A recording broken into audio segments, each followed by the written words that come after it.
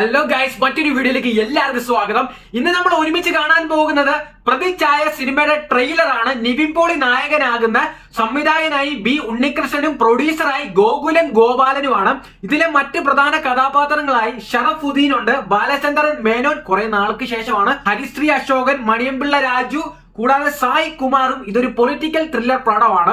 High profile ഉള്ള നടന്മാരാണ് മറ്റ് കഥാപാത്രങ്ങളായിട്ട് ഉള്ളത്. കൂടെ ഇത് പൊളിറ്റിക്കൽ ത്രില്ലറാണ്. ഈ വർഷം മാർച്ചിൽ തന്നെയാണ് ഇതിന്റെ റിലീസ്. ഇതിന്റെ കറക്റ്റ് ആയിട്ടുള്ള ഡേറ്റ് ഇതുവരെയും പ്രഖ്യാപിച്ചിട്ടില്ല.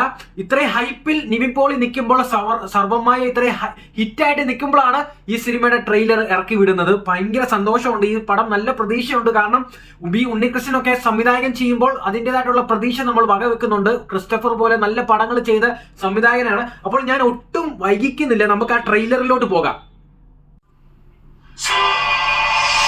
നിങ്ങൾ എല്ലാവരും കാത്തിരിക്കുന്നത് എന്റെ വിജയകഥ കേൾക്കാനാണ്. But I am a successful. വിജയം ചിലപ്പോൾ നിങ്ങളുടെ ഡെസിഗ്നേഷൻ ടാഗോ പേ പാക്കേജ് ഒക്കെ ആയി ഡിഫൈൻ ചെയ്യപ്പെടാം.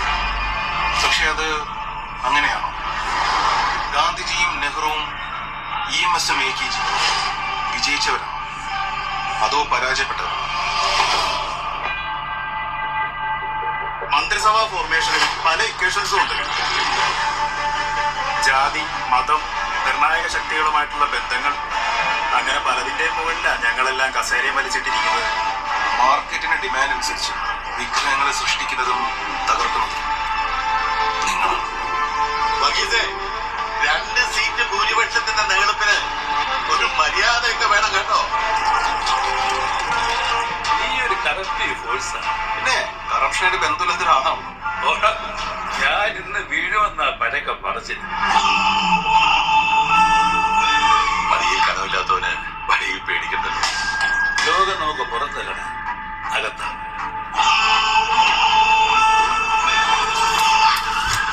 എന്നെ കോടതിയിൽ ഹാജരാക്കണം. എനിക്ക് 164 കൊടുക്കണം.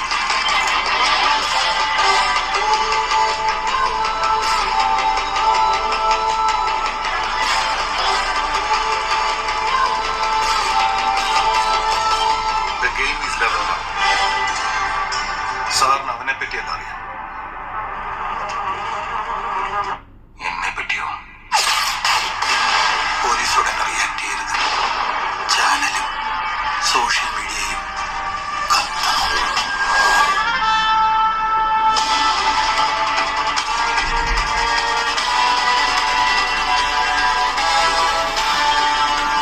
രാഷ്ട്രീയത്തിൽ ഇപ്പോൾ വ്യക്തികളില്ല, പ്രതിച്ഛായകൾ മാത്രമേ ഉള്ളൂ. ഇനി ഞാൻ പറയും, സാർ കേൾക്കും.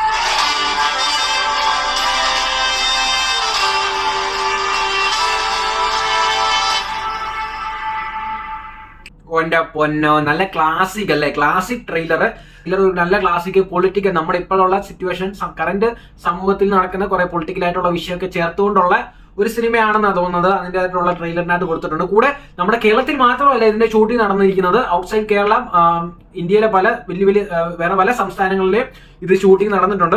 അങ്ങനെ ആയിക്കഴിഞ്ഞപ്പോൾ നല്ലൊരു ഹൈ ബഡ്ജറ്റ് സിനിമ തന്നെയാണ്. ഇത്രയും നീണ്ട വലിയ കഥാപാത്രങ്ങളെ വെച്ചാണ്. അപ്പോൾ അതിന്റെ കുറെ പ്രത്യേകതയൊക്കെ ഉണ്ട്.